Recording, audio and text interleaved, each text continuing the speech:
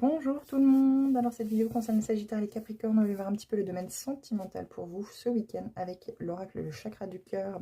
Comme toujours, vous gardez votre bon discernement dans chacune de mes vidéos, hein. Ça peut vous parler comme ça ne peut ne pas vous parler. Si ça ne vous parle pas, ce n'est pas grave, laissez-le à d'autres Sagittaires et à d'autres Capricornes et revenez dans d'autres vidéos concernant votre signe plus tard.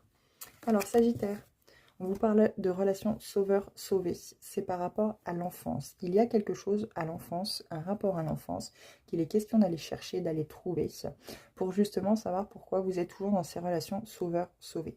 Vous ne pouvez pas en aucun cas sauver l'autre si celui-ci ne décide pas de travailler sur lui-même. Le travail personnel est justement personnel. Vous ne pouvez pas aider ou vous ne pouvez pas faire le travail à la place de l'autre. Donc les relations sauveur-sauvé, on oublie. C'est le triangle de Cartman, hein. Vous avez peut-être été dans une autre vie la victime, le bourreau, peu importe. Et aujourd'hui, vous vous retrouvez en fait finalement à vouloir, entre guillemets, sauver toute la planète, ou en tout cas tous ceux qui vous entourent. On vous dit ici que ce n'est pas une bonne solution, les Sagittaires. Il faut sortir de cette relation sauveur-sauvé. C'est peut-être aussi également l'autre qui veut absolument vous sauver, qui veut absolument vous faire comprendre les choses, qui veut absolument vous faire sortir de votre cadre et d'acter ce travail personnel. Vous ne vous sentez peut-être pas prêt, vous ne vous sentez peut-être pas encore d'attaque à pouvoir vous confronter à ce qui a pu se passer dans votre enfance, qui a pu être douloureux, qui justement est enfoui, hein, qui vous empêche de vous épanouir pleinement avec ce soleil. Donc on laisse les choses tranquillement se faire et on essaye aussi de l'expliquer à l'autre pour que l'autre puisse comprendre que vous n'êtes pas fermé à l'idée mais que pour l'instant vous n'êtes pas prêt ou prête.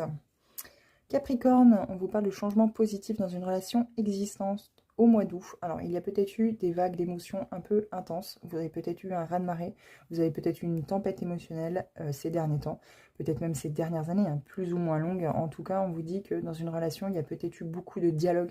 Il y a eu beaucoup de choses. Et aujourd'hui, vous arrivez enfin à parler sereinement et à vous écouter, les Capricornes.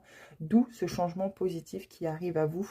Donc, pour moi, ça sera pour le mois d'août où c'est que les choses seront vraiment actées, où c'est on verra, vous verrez vraiment une vraie différence, hein, par rapport à cette relation qui existe déjà, où c'est que ces changements seront beaucoup plus probants, où c'est qu'il y aura vraiment une nette différence. Donc, laissez le temps aussi à l'autre de pouvoir acter et mettre en place ces changements parce que ça lui demande peut-être, ou ça lui demande masculin-féminin, de peut-être changer aussi à l'intérieur de cette personne beaucoup de choses en fait pour pouvoir acter ce changement positif dans votre relation.